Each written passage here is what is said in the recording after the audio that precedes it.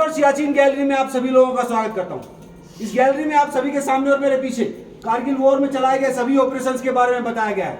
मेरे सामने और आप सभी के पीछे सियाचिन गैलरी, सियाचिन की बर्फीली चोटियों में इंडियन आर्मी के जवान किस तरह से ऑपरेट और सर्वाइव करते हैं और इस्तेमाल किए जाने वाले माउंटेनिंग इक्विपमेंट के बारे में बताया गया है।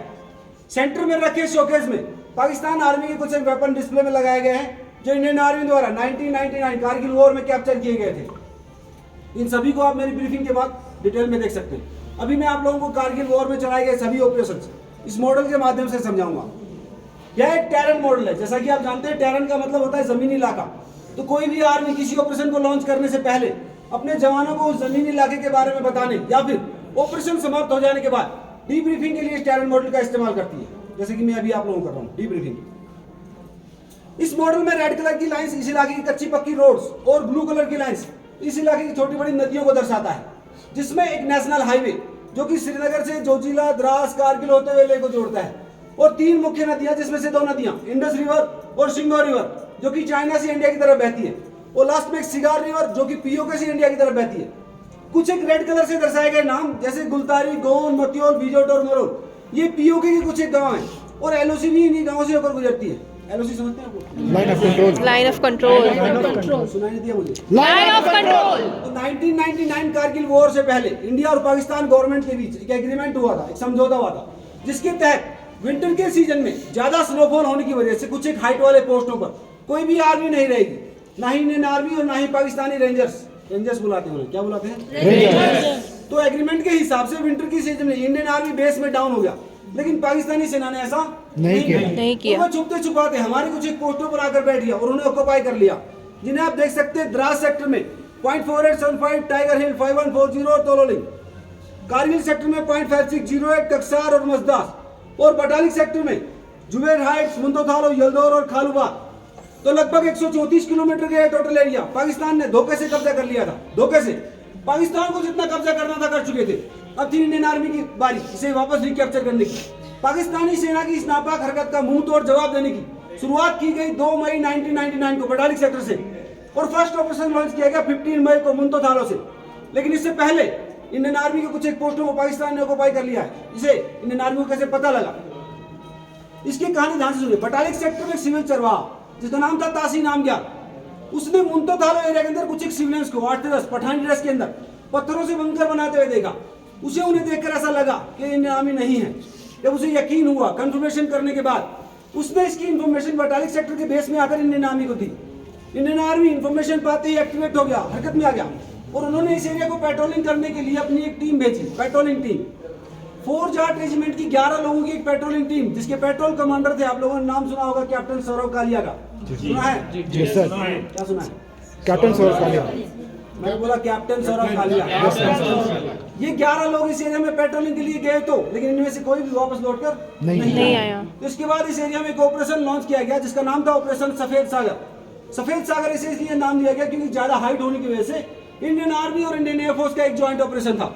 इस ऑपरेशन के तहत बटालिक सेक्टर में जितने भी हमारे जगह जमीन पोस्ट को ऑक्युपाई किया गया था उसे वापस रिकैप्चर कर लिया गया, लेकिन खालुवार पोस्ट .4812 को रिकैप्चर करते हुए फर्स्ट 11 गोरखा रेजिमेंट के कैप्टन मनोज कुमार पांडे वीरता और बहादुरी से लड़ते हुए शहीद हो गए।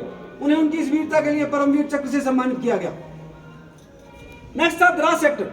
द्रास सेक्टर में सबसे अहमियत वाला पोस्ट ऑफ तोलोलिंग, क्योंकि जैसा मैंने आप लोगों को पहले बताया, यहाँ से एकमात्र नेशनल हाईवे जो कि श्रीनगर से जोजिला, द्रास, कारगिल होते हुए लेह को जोड़ता है। यदि तोलोलिंग को पाकिस्तान कैप्चर कर लेता तो जहां हम लोग खड़े हैं आज, यहाँ कौन होता? पाकिस्तान। कौन होता? पाकिस्तान। ऐसा होने देते नहीं। ऐसा ना हो, इसलिए यहाँ भी एक ऑपरेशन चलाया गया जिसका नाम था ऑपरेशन विजय। ऑपरेशन विजय के तहत तोलोलिंग को रिकैप्चर करने में हमें लगभग 1 महीने का समय लगा, क्योंकि .5140 और टाइगर हिल ज्यादा डोमिनेट हाइट होने की वजह से तोलोलिंग पाकिस्तान की निगरानी में था, जिसे रिकैप्चर करते हुए सेकंड राजपूताना राइफल्स के कैप्टन विजयन थापर, जो कि 22 साल की उम्र में शहीद हो गए। उन्होंने शहीद होने से पहले अपने माता पिता के नाम एक अंतिम पत्र लिखा था, जिसे वो पोस्ट भी नहीं कर पाए थे। उसे आप इस वॉल पर पढ़ सकते हैं, द लास्ट पोस्ट। नेक्स्ट था .5140, जिसे रिकैप्चर करने का टास्क दिया 13 जम्मू एंड कश्मीर राइफल्स के कैप्टन विक्रम बत्रा को, जिनका एक और भी नाम है, क्या है? शेरशाह। सुनाई दिया मुझे? शेरशाह। उन्होंने इसे रिकैप्चर किया, और रिकैप्चर करने के बाद यहीं से अपना फेमस सक्सेस कोड 4 शब्दों का पास किया था। क्या था वह? ये दिल मांगे मोर। दिल मांगे मोर। इसीलिए वो यही नहीं रुके और उनका नेक्स्ट टास्क था .4875, लेकिन इससे पहले असंभव प्रतीत होने वाली टाइगर हिल, जिसे रिकैप्चर करने का टास्क दिया था 18 ग्रेनेडर्स के लेफ्टिनेंट बलवान सिंह और उनकी घातक टीम को, उन्होंने इसे रिकैप्चर किया और उन्हीं की टीम के ग्रेनेडियर योगेंद्र सिंह, जिन्होंने अपने शरीर में 17 गोलियां खाने के बावजूद भी वो जीवित वापस आए। इनकी वीरता और बहादुरी को देखते हुए भी परमवीर चक्र से सम्मानित किया गया और उनके द्वारा किए गए इस काम से इंडियन आर्मी को आगे बढ़ने का मार्ग प्रशस्त हो पाया, जिसके बाद 4875 को रिकैप्चर करते हुए कैप्टन विक्रम बत्रा वीरता और बहादुरी से लड़ते हुए शहीद हो गए। उन्हें उनकी इस वीरता के लिए परमवीर चक्र से सम्मानित किया गया और उनकी बाकी बची हुई सेना ने इस पोस्ट को भी रिकैप्चर कर लिया। नेक्स्ट था कारगिल सेक्टर। कारगिल सेक्टर में .5608 कक्सार और मजदास, इन सभी पोस्टों को रिकैप्चर करने के लिए यहाँ भी एक ऑपरेशन चलाएगा जिसका नाम था ऑपरेशन तलवार। तो इस तरह यह लड़ाई 2 मई 1999 बटालिक से शुरू होकर 26 जुलाई को कारगिल में समाप्त हुई। लगभग 3 महीने चले इस युद्ध में भारतीय सेना ने पाकिस्तानियों के छक्के छुड़ा दिए और उन्हें मुंह की खानी पड़ी और वो यहाँ से अपने साथ एक टुकड़ा भी नहीं ले जा सके। इस युद्ध में भारतीय सेना के 527 वीर सपूतों ने अपना सर्वस्व न्यौछावर बलिदान दिया और वीर गति को प्राप्त किया और 1300 से अधिक घायल हुए। इंडियन आर्मी इन वीर सपूतों की याद और ऑपरेशन विजय की सक्सेस में हर साल 26 जुलाई को कारगिल विजय दिवस मनाता है। मैं अपनी ब्रीफिंग को यहीं समाप्त करता हूं और आप सभी का आभार व्यक्त करता हूं कि आप सभी अपना कीमती समय निकालकर यहां आए और इन वीरों को श्रद्धांजलि अर्पित की। जय हिंद। जय हिंद। वंदे मातरम। वंदे मातरम। वंदे मातरम। जय भारत, जय जवान, जय भारत।